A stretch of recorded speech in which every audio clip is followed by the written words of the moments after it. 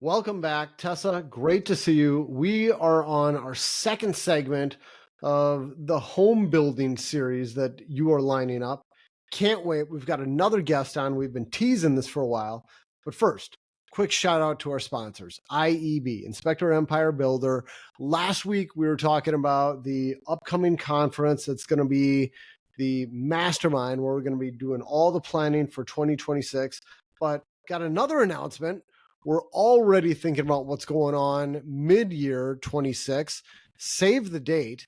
And this is for IEB Unite. This is the big one for IEB. This is the biggest conference we always have every year. And this one is happening March 4th through the 6th. And this is going to be in Orlando.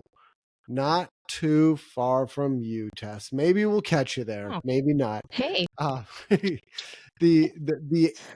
The big focus this year, the slogan, the pitch, we're calling it the industry's big tent: culture, connection, and the playbooks behind scaling inspection companies. So it's all about growing your home inspection company. I will have a link to IEB in our show notes. If you want more information, check it out.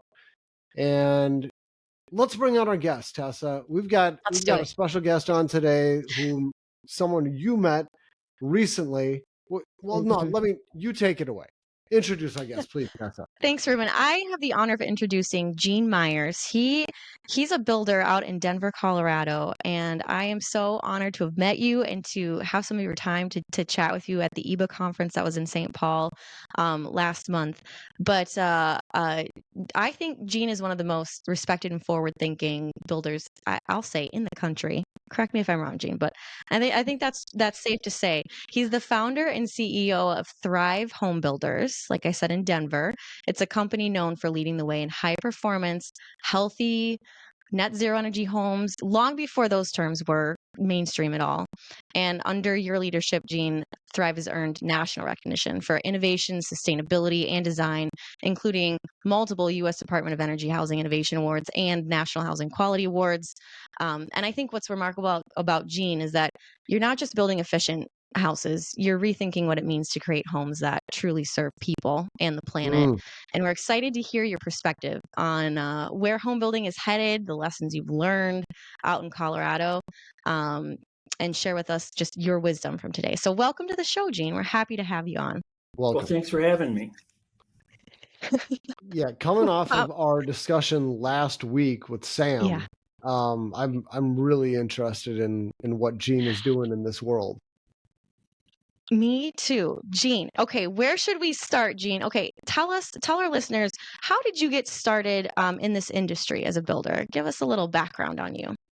Well, I got into it out of self-defense. I was a land developer, and in our multiple ups and down cycles, you have to figure out what to do with lots. And so we decided to become a home builder to get rid of our lots. So that was way back in the savings and loan crisis. And so then I went on my own in 1992 in October. So this is 33 years this month that I've been on my own. Congratulations. Wow, and how far you've come since that time. Did you ever think that you would be where you're at today? I really never imagined that it would be possible on a production basis to build homes that power themselves, to be perilously close to cutting the cord on the grid, to do what we've been able to do on resilience and on indoor air quality. And I didn't see those things coming. And, I honestly think you get up every morning, you take one day at a time, and you just do your best, and it's amazing where it'll take you. So I'd love to tell you it was a grand plan, but I didn't see it coming. So you talk about cutting the cord. I know what you're talking about, but for anybody who's not in the industry, can you do a little bit of explanation on what that means exactly? Well, that's referring to net zero energy houses. And, maybe an easy way to describe it is that if you put solar panels on the roof, figuratively speaking, your meter runs backwards. And so over a period of a year, that meter on a net zero energy house would end up where it started, using no net energy over the course of a year. And so it's really, we need that grid until we are able to take advantage of the advancement in battery technology. And so we did a Pro Builder Magazine idea home that just has almost enough batteries to just not even need that connection.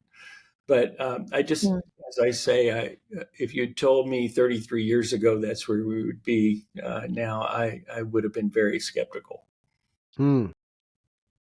Gene, from going from a land developer to a high performance home building contractor, like what inspired you to build differently than what was being done mainstream? Because, like building net zero, that is not something that just someone starting, building for the very first time is going to say, hey, I'm going to do this. Very few do. So what inspired you to build differently? Well, way back when we first started building, Denver was in a big growth spurt, and there was actually a moratorium on building permits in a lot of the suburbs. And growth was really seen as a negative thing, traffic impacts, and so there was a big no growth movement then. And I thought, well, I'd like for my company to be a part of the solution rather than part of the problem, and to be an asset, for our homes to be an asset to the communities where we build. And that was really the nexus of, so how would you go about doing that? How would you go about, rather than just being the big bad builder, how would you go from that to really, we build shelter for people. And that's not an inherently bad thing. I think that's an inherently noble thing. And how could we do it in a way that would really not only enhance the community where we build, but also enhance the lives of our customers? So that's really where it started. You saw a need and you wanted to fill it. And what would you say is your key to success building in an efficient, sustainable, healthy way? How have you been able to do that effectively and successfully? Because I think so many builders struggle with just building a standard house that meets code. Well, and I have great respect for builders, just because I know how hard it is just to, as I say, keep the airplane in the air. I think you just had Sam Rashkin on, and a joke that I've shared with Sam over many years is, Sam, it's hard enough to keep the airplane in the air, and you're asking us to do loop-de-loops in that airplane with customers aboard. And therefore, have a little respect for how difficult the challenge that you're asking these builders to do really is. And one of the reasons I have great respect for that is that I know a small builder is signing personally on every house. I know that every house could take them down. I understand that risk. I've been there. And so I never look down on or belittle a builder that's just building to code, because, and particularly, some of the really big builders in our market are meeting that shelter need at a lower cost than we could ever do it. And so, but the advice that I would give that builder who wants to take it up a notch is to don't go it alone. And that's a challenge when you're just starting out and you can feel very alone. You're the one signing individually on that loan. You're the one interacting with that customer, and it can be kind of a lonely situation. But what really has helped us is to come together with builders like us. And so you mentioned our meeting at EBA, that's the Energy and Environmental Building Alliance. That is the conference for builders like us. And you were talking about earlier, Reuben, about how it's kind of a small world for home inspection podcasts. It's a small world for high performance builders. There are only like 60 builders in the room at that conference. It was a bigger conference than that because we have a big ecosystem, but those are the cream of the crop around the country, and that's where we went for learning. And so EBA has training, regional training events all over the country. They have the summit that was in St. Paul a few weeks ago. And then the programs have really helped us, and they're under threat right now in the Trump administration. But Energy Star was a huge help to us as we were getting on our feet. And so we started off in Energy Star, and then that advanced version after version after version. I think we're on like Energy Star Next Gen, which is the one after Energy Star 3.2. And then we were an early adopter of the DOE Zero Energy Ready Home program back when Sam Rashkin took the leap from Energy Star over to DOE Zero Energy Ready. And what that gets you is all of the support from the Building America program, the wisdom from the national laboratory. So I have Brett Singer on speed dial, who's probably from the Lawrence Berkeley National Labs. He's probably the leading expert on indoor air quality on our kind of homes. And I have Achilles Karagiogis on speed dial up at NREL. And so for a small builder to be able to access such amazing expertise, and it's free, it's from the Department of Energy or from Energy Star. And so I've always been puzzled over my entire career. Why don't more builders take advantage of that? And I think it's probably a bandwidth issue where you're just so busy putting out fires that it's really hard to look beyond that. But I'll just keep rambling if you want me to. So we were embarking on our very first net zero energy home, and we thought we'd just do it as a demonstration home. I think this was back in 2009. And here we are in Denver, and the National Renewable Energy Lab is here. It's in Golden, which is a suburb of Denver. And I thought, maybe I should get to know those guys. And so I dialed up and found somebody, and I started asking basic questions. Well, so if we were going to do net zero energy, how would we do it? Should we be looking at residential windmills for producing energy? What about geothermal? What about heat pumps? And the advice I got very early on was, don't put anything in your house that a person who won't change their furnace filters can't maintain. And so that's where we got committed to PV solar on the roof, because there are no moving parts. Most of them are monitored by, we started off doing prepaid 20-year leases on those systems. And so those were being monitored by the actual owner of the system. So the homeowner really didn't have to do anything in order to ensure that power generation was actually happening on their rooftop. So anyway, those deep resources are things that I would advise builders to take advantage of. What's a prepaid 20-year lease? Well, so there's only one company left that actually does them. There have been two big bankruptcies in the last year with solar companies, but Sunrun still offers these. And so there are two ways to do, there are really three ways to do rooftop solar. One is buy the system. And you own it, and then you get the benefit of all the power that it produces. A second way to do it, which at the beginning was when solar was much more expensive, was a lot cheaper. And that was prepay a lease, bake that into the price of the house, and the homeowner gets 100% of the power that produces over that 20 years. And my theory was that it kept that upfront cost down, which helped us be attainable for customers. And that in 20 years, the technology would be so much better, you might want that relic off your roof and go for something a little bit more modern.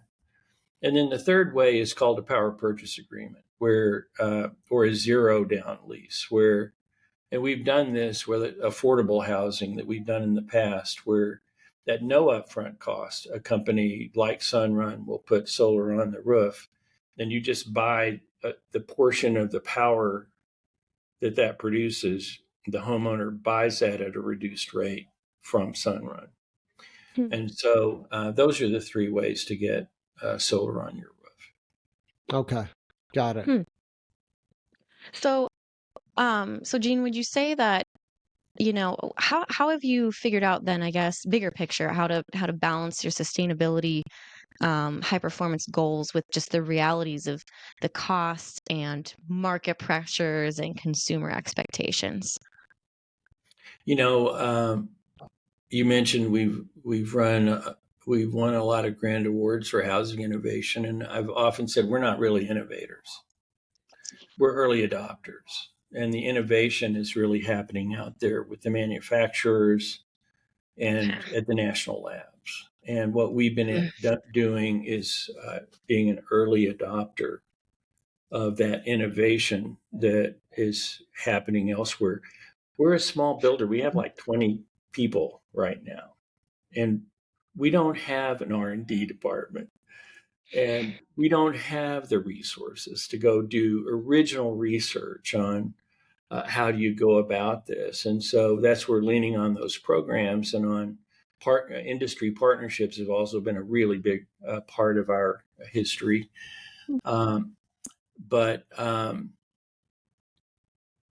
And I'll add also that being an early adopter, you don't want to turn your homeowners into lab rats. You don't want to experiment on your customers, which is why having the backing of the national labs and the backing of the programs and the depth of understanding of building science that we get through the training at EBA and places like that, that's how we try to protect against that. And I don't know, I may have forgotten your question, Tessa. So, well, no, I think that kind of hits on it. And what would you say? So, I mean, it sounds like you're using the support of kind of all these research programs that are out there and these government programs and these incentives that already exist, and you're working hand in hand with other builders, kind of going through this process as well. So you can find rebates for homeowners and other programs that basically make it affordable to live in one of these houses that's a higher performance home, it sounds like. Well, yes. And honestly, what I think we have done that maybe is unique, and the innovation has been just a very rigorous cost benefit approach to the available technologies that are out there. So we're constantly being hit up by manufacturers with a shiny new product. I call them shiny new objects, which we are prone to being distracted by shiny new objects. Yeah. But we try to resist that because almost always those things aren't cost effective. And our customers, we don't build one-off crazy off-grid houses for rich people. That is not our market. Our market is everyday people. And in Denver right now, we are almost exclusively building first-time home buyer townhomes. And so we have to have this almost ruthless approach towards the cost versus the benefit of what our customers will do. And it's creating a value proposition that everyday people can actually afford. And so that's where, if there's one thing that that has been innovative, it's just been this really rigorous cost benefit approach to be able to make high performance homes attainable for everyday people. And can you dive into that more? Sorry to interrupt you. What is an example of that? What do you do that actually makes it cost benefit? I'll use an example. Just within the last year, a large builder here in Denver has committed to doing geothermal. We looked at geothermal and said, that's not going to work. It's too expensive. I mean, it's a great technology. I have another one for you. structural insulated panel systems. They're called SIPs, where you build, it's like an ice cream sandwich. You build with a panel where the cookie part is OSB and the ice cream part is foam. It's a great system. The first house I ever built was a SIPs house. Mm-hmm. They are too expensive. And everybody, around the country will say, why aren't you using SIPs? It's because our customers can't afford SIPs. That's why. I love SIPs. It's not that I have a problem with SIPs panels.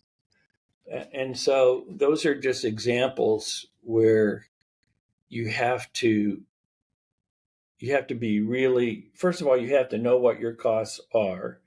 And that is actually maybe the biggest pitfall of a small builder, is that they'll dive into something without really understanding what the costs are. And then secondly, don't go after that shiny new object if it will push you beyond what a customer can afford. And, we had a situation in our Breckenridge project. We're doing a project in a ski town, and it's, I hesitate to call it affordable housing, but I'll call it workforce housing. And the town really, really wanted us to take a look at geothermal. And I'm like, why? We're already getting to net zero energy at a lower cost. Why would you do that? And they finally saw the light. But it's just really tempting to get attracted by that latest new thing. People say, well, what about 3D printing of houses? I'm sorry, 3D printing of houses is a sideshow. We're squeezing toothpaste tubes of concrete out into the perimeter walls of a house. Concrete has the worst carbon footprint of any product that we build with. The answer cannot be, however you apply it, it cannot be building houses out of concrete if we want to address climate change. And so just, coming back to reality, and try not to get distracted, and be aware of what the costs really are. And it comes down, Tessa, to not just first costs. Is that brand new product, does it have a distributor here in Denver? Yeah. Does it have somebody that will back it up in warranty? What happens when something goes wrong with our customers? If we have the only one of those in Colorado, it is not a good thing. And so it just takes discipline to just, we want to build the house as a system is extremely innovative. But my dream is just to build it out of Home Depot, because that's how we will make it cost effective for everyday people. Yeah. Can you just a couple things there? One, how is concrete? How does that have such a huge carbon footprint? This is new to me. Well, what concrete is made up of three components: water, gravel, and cement. So cement is made by baking limestone at very high temperatures, like over 1,000 degrees. So the embedded energy in a bag of cement is already super high. And people will say, well, what about green cement? Well, green cement they augment the actual cement with fly ash from a coal-fired power plant. Well, I'm not really interested in using a byproduct of a coal-fired power plant to, in theory, bring what was the carbon footprint of that? And so that's number one. Number two, gravel and cement and water in a truck are really heavy. And so the amount of energy it takes to get it from the plant to the house is also additional embodied carbon. And, I'm going to probably get this wrong, but I want to say that if you take the carbon footprint of the cement production of the world, it's the third biggest carbon footprint in the world is the concrete industry. I had no idea. And I might get that. Maybe it's fourth. Don't it's really high. It's a lot. I never appreciated how much it took to make concrete. Yeah. So the number one thing that we need to do in our homes is minimize that use. So in this idea home that we built up in Breckenridge for Pro Builder magazine, it has a fiberglass foundation. What? And it was done. I've never heard of a fiberglass foundation. Tell me more.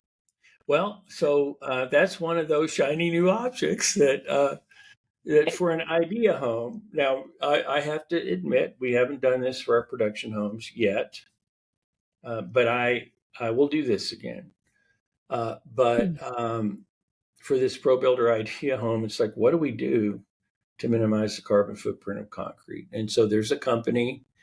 Now, I think I just heard Tessa must be somewhere in Florida, but from where Tessa came from, up in the upper Midwest, there's a company up in Wisconsin, in Eagle River, Wisconsin, that builds fiberglass foundation panels. And the system is called Epitome. A lot of people mispronounce it. It sure looks like epitome, but it's Epitome fiberglass foundation panels. And it's a repurposing of a product that is actually a commodity product in the RV industry, where in Indiana, they extrude these panels.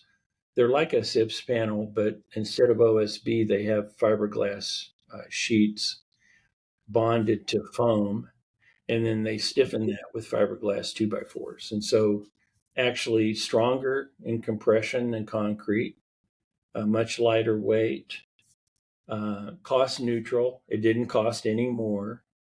Goes in all kinds of weather, and no forms, and the speed with which that can go in.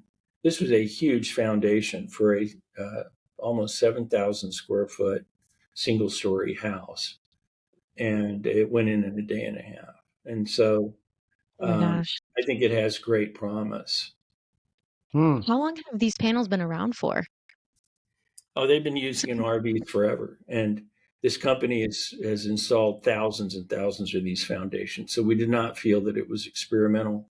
And we've had a long-standing industry partnership with Owens Corning, and Owens Corning is the one that actually introduced us to the company. Wow. That's very interesting, Gene.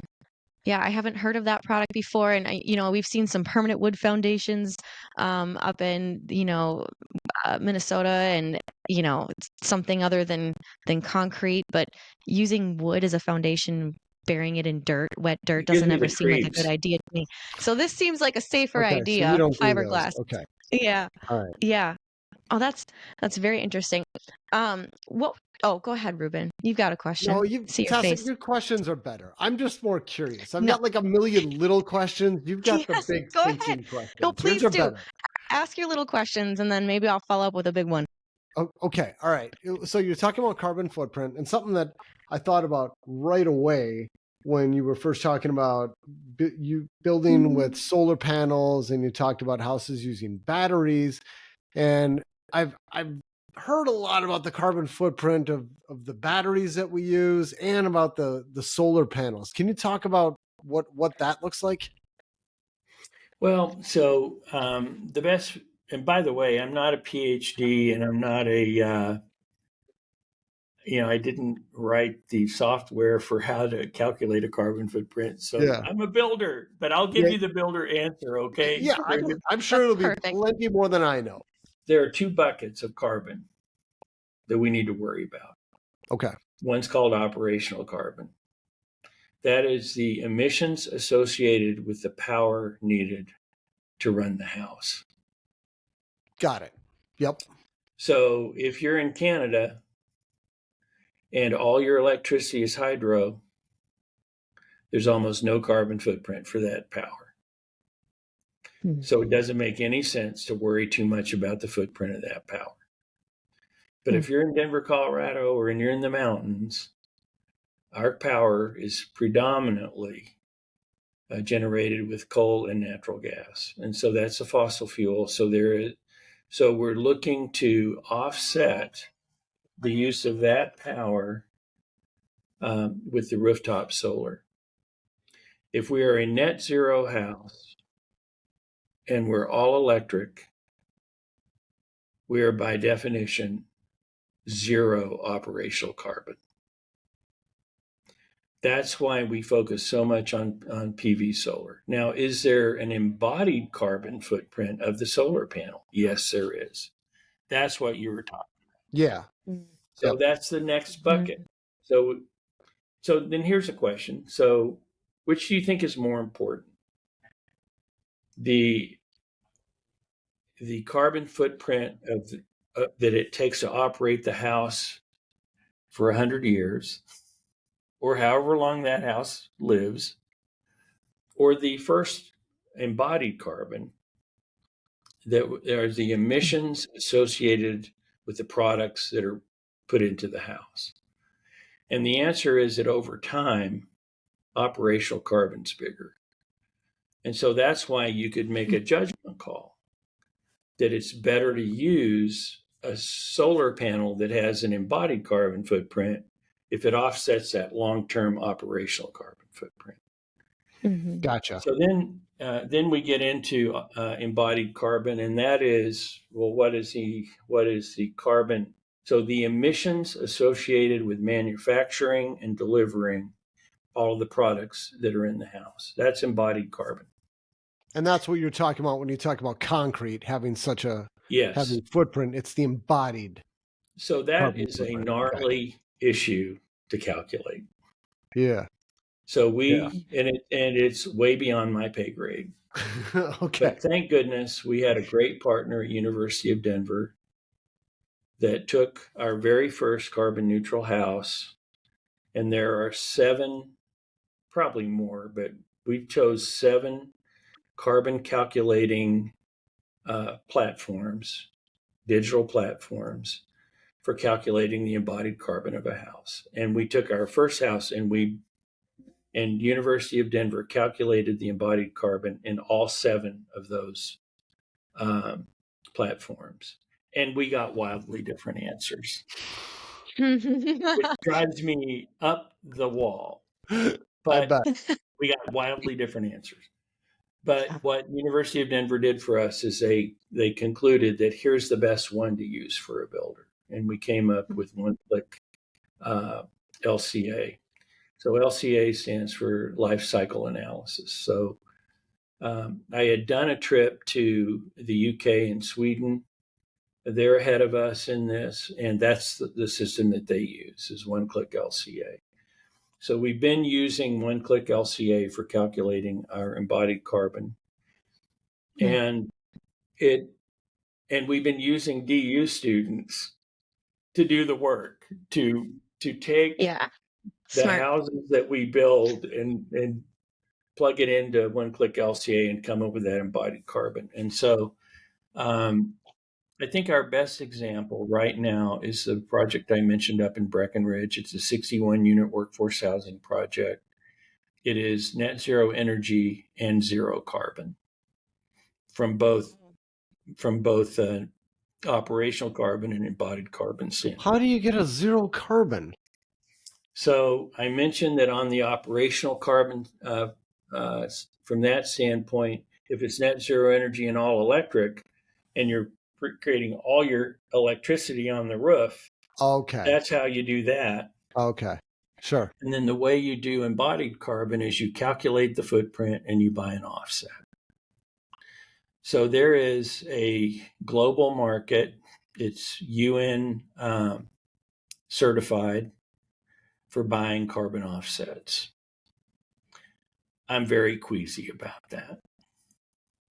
We bought a carbon offset for this idea home for Pro Builder magazine, and that offset had offsets in Indonesia and in Kenya and all over the world. And it's like, really? Are we sure that that's really, are they doing something that will offset the carbon of that house?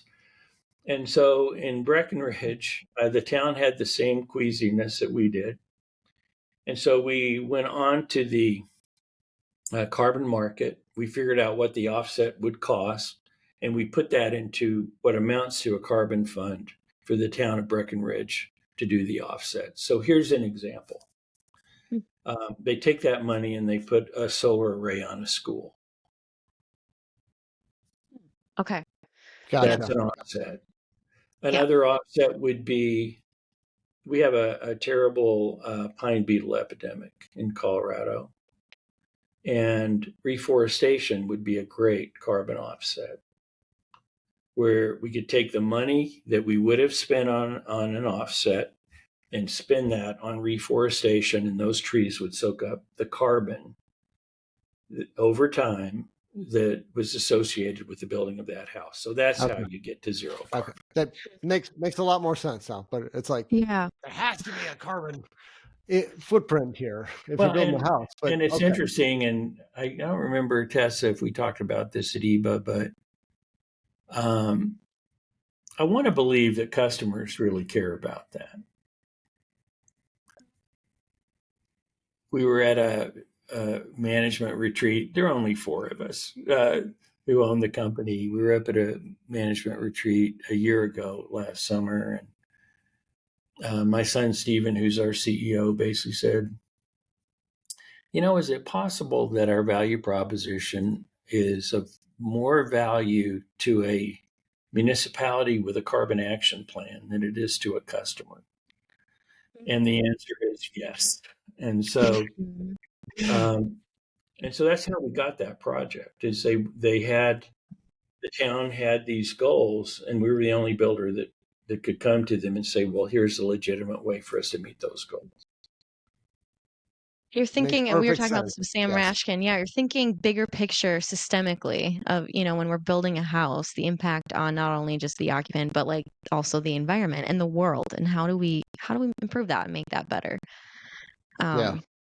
So yeah, that's inspiring. Well, this is our little corner of the world. Now, can a builder like us really change the world? And the answer is no. We're this little bitty builder. You're paving the way, though. You're wherever there's a dot where Thrive Home Builder is, we are reversing climate change. Because most of the climate goals out there in the world are to take us back to 2005. Well, if our houses go all the way to zero, it's way past 2005. That's like we never existed. And so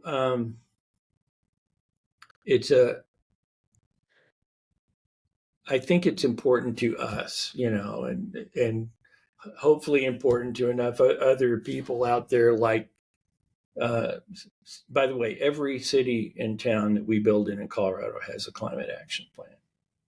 Every one of them is trying to get to net zero carbon somewhere in the 2030 to 2035 range. I don't think they'll make it, but maybe by 2050. And even our utility, which is big up in Minnesota, Xcel Energy is our largest investor-owned utility in the state of Colorado.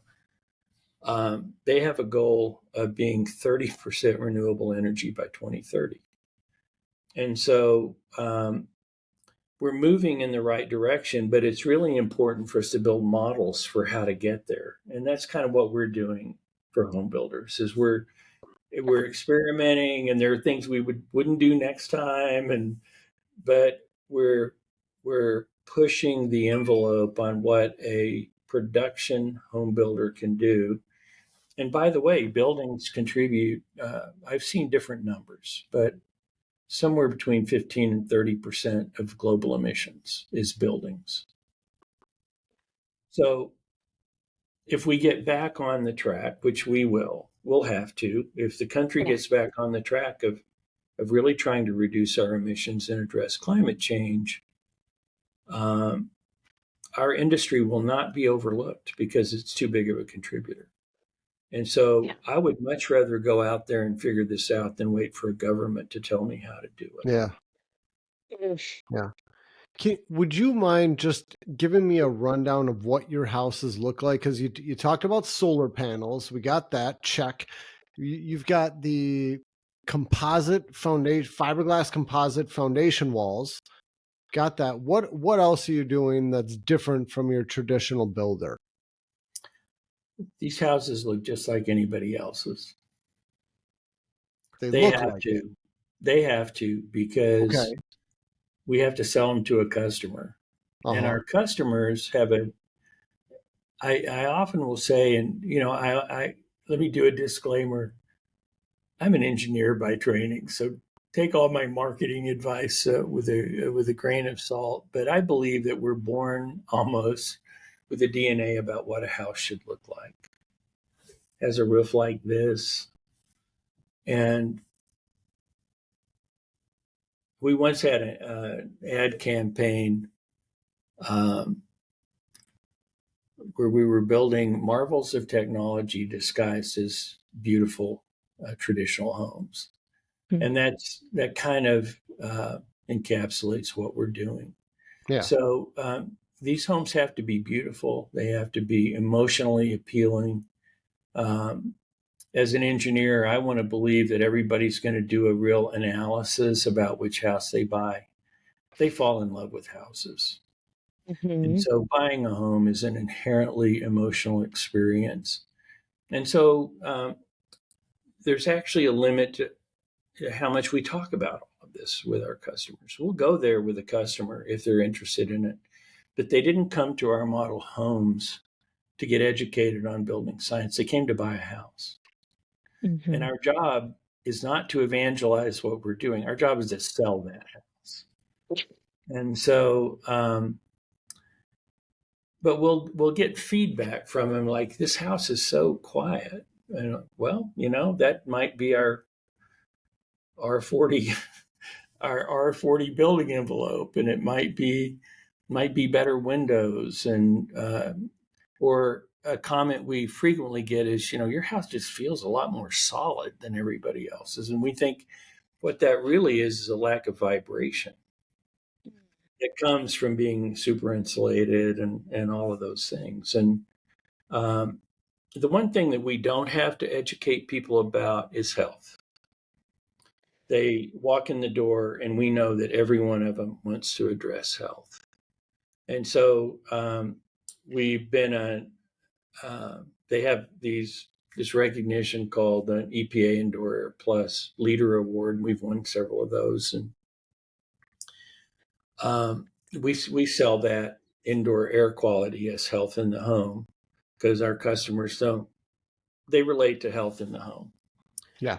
And we could get into all the ways we do that, but the way we actually describe it is we give you the peace of mind of doing the peace of mind of knowing you've done all you can for the people you love. That is the value proposition of a healthy home. And we did a house several years ago that shocked us. I mean, we do some we do a few beauty contests for houses, and we kind of quit entering the ones in California, because they have these categories of like single family house from 2,000 to 2,500 square feet. Well, in California, that house is $3 million. And in our world, that was $700,000. Which one has more bling, do you think? And so I'd kind of given up on this one competition at the Pacific Coast Builder Conference called the Gold Nugget Awards. And we built this house during COVID. And it had filtration in the house that would actually filter out the coronavirus. And it had a floor plan for living, working, playing at home. And it had even outdoor areas where this was a new urbanist community. So a front porch up and separated by more than 6 feet from the sidewalk, so you could still interact with your neighbors. And so, it's about time to go to this conference. It's the Pacific Coast Builder Conference. And our architect entered this house in the Gold Nugget Awards. And we're thinking, it's an exercise in futility. There's no masonry on this house. This is all one kind of siding. It's one color. It's a simple but a beautiful house. And so we get to our category, and it's funny, we just at the last minute decided to even go, and we're at the last row of tables in this huge um, event space at the Moscone Center in San Francisco. And so we must have been the last people to get tickets. And so our category comes up and we win. And so we're walking up with the architect, and I say, you do the talking, you entered this. And so he does the talking. And we go back and we're thinking, and these are boring. These are terribly boring events. And so we're thinking, well, we're on the back row. We could just duck out, but maybe out of courtesy, we should wait. So they get to House of the Year and they start talking about our house. And I almost fell over. Whoa. And the judges, it chokes me up to even retell this, but the comments from the judges were that perhaps we should stop judging beauty as only being skin deep in these houses. And here's a house that really sets a different standard for how to serve the customer, how to protect them, how to help them thrive. It gets back to our name. And, we have a slogan, and our slogan is to set a new standard for how home improves life. And that's what that house did. And you can tell I'm rarely speechless, but I was really overwhelmed that that little, very simple, beautiful home could sweep those awards. And what's the lesson? I think the lesson is that our industry, at least in some way, is becoming more responsible, that we really can do more. We can do more to save the planet. We can do more to serve our customers. We can do more to be an asset to the communities where we build. And that in our way, we can make a difference. And I used to say, well, making a difference is so important to our young employees. And then it dawned on me, making a difference is important to all of our employees, because we all work here and, we invest so much of our lives. Don't we want to do that in a way that has meaning and impact? And of course we do. Everyone does. And so all this is what I call building a brand. So we build houses, but our houses build a brand. And our brand, we're a small builder, but that brand is a big brand in home building. We punch way above our weight.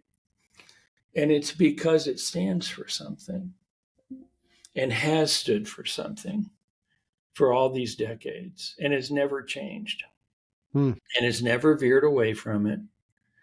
And,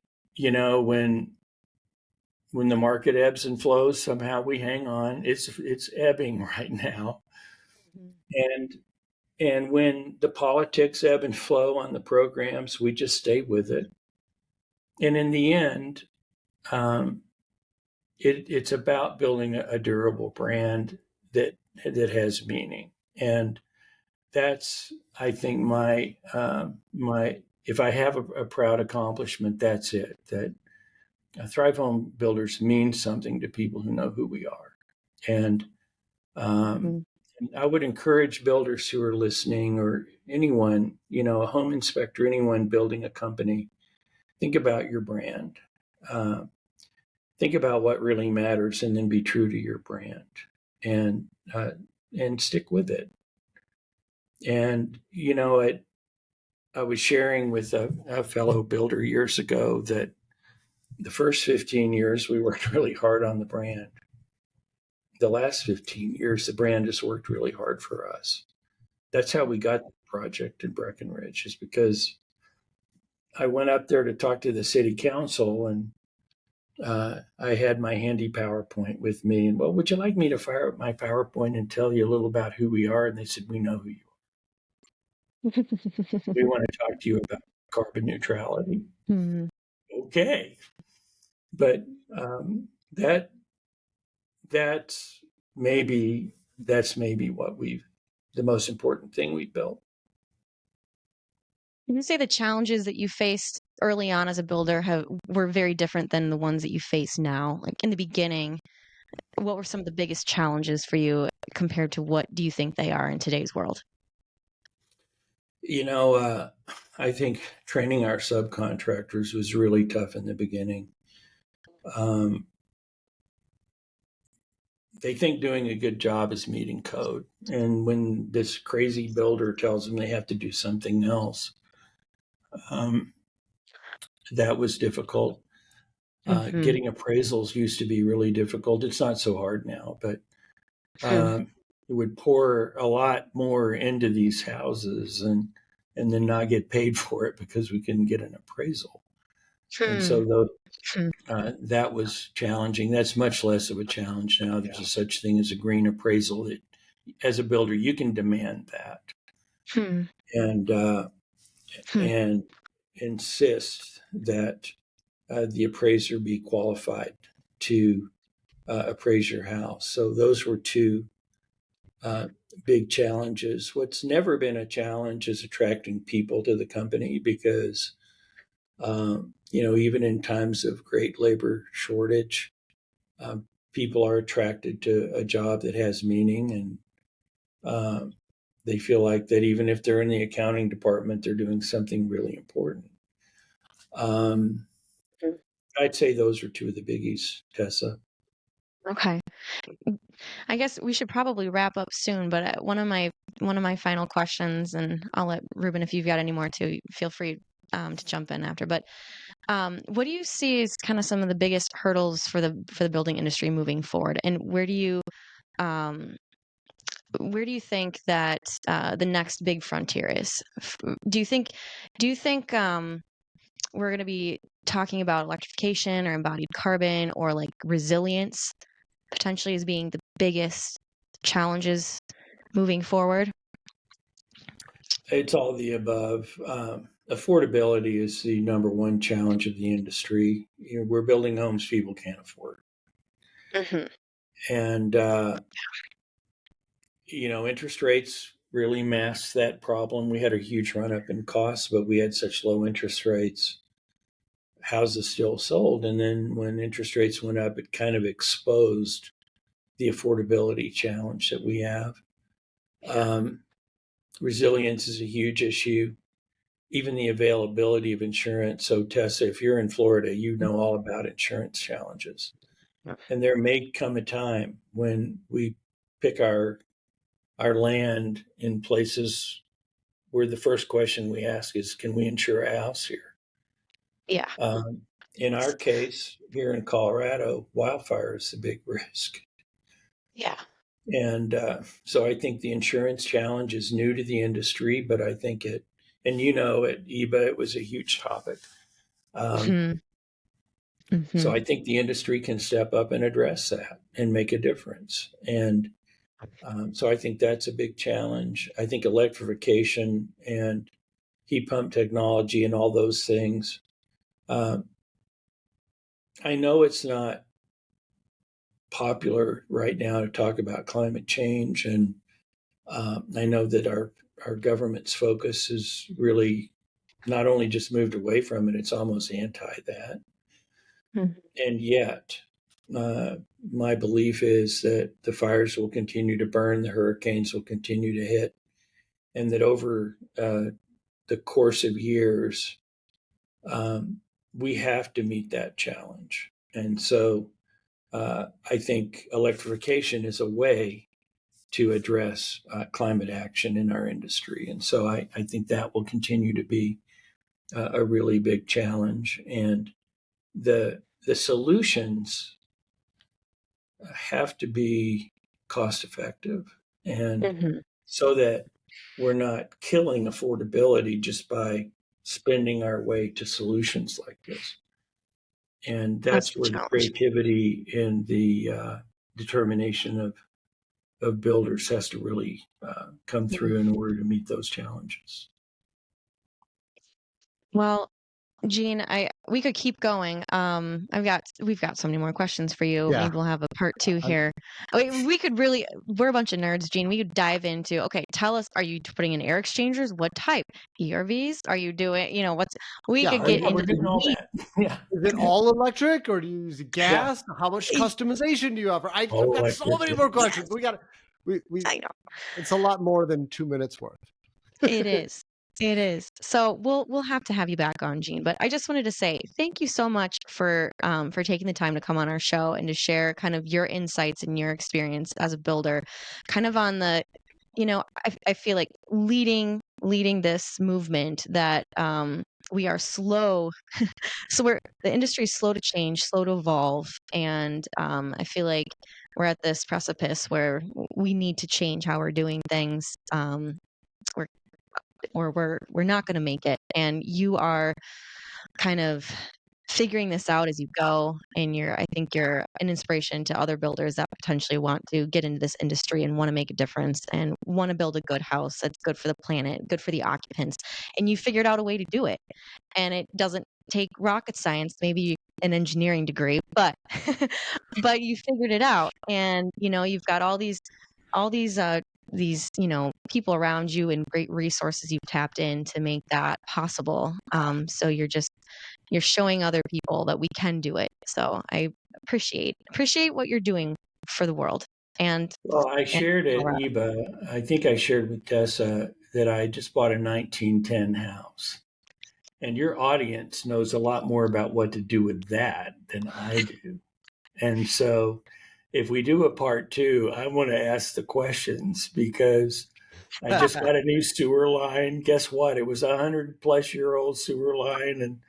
And how do we, and I don't know what you talked with Sam Rashkin about, but what he's working on is what do we do with the tens of millions of existing homes to move the meter? And so I'm learning what you guys already know about all of that. And it's going to be a fun challenge for me to, how do you insulate a double brick wall with just airspace in between the bricks? Right. Well, and you got to look at cost effectiveness and carbon footprint. Maybe it's not. Maybe it's other methods. There you go. Yes. Of making that house more comfortable and more efficient. So but I say that just I hope your audience enjoyed what we talked about, but I have great respect for what most of your audience really does out there to try to make things better in that existing housing stock. It is the biggest housing challenge that we have is how do we take our existing housing stock and move the meter on that. So yeah. Maybe you'll open up a secondary business out of retirement, Gene, to serve the existing home market. You figure out the new home market. For punishment. I don't know what the R word is, so we'll see. Well, Gene, where can people find you? Well, we're at thrivehomebuilders.com, and I'm not. I'm a digital dinosaur, so that's maybe the best way is just to reach out through our website. And I appreciate the opportunity to be on. And thank you very much for having me. I've enjoyed a lot. Thank you so much for coming on the show. This is fantastic. And for the listeners, if you got questions for me or Tessa, you're welcome to email us. It's podcast@structuretech.com. And we will catch you next time.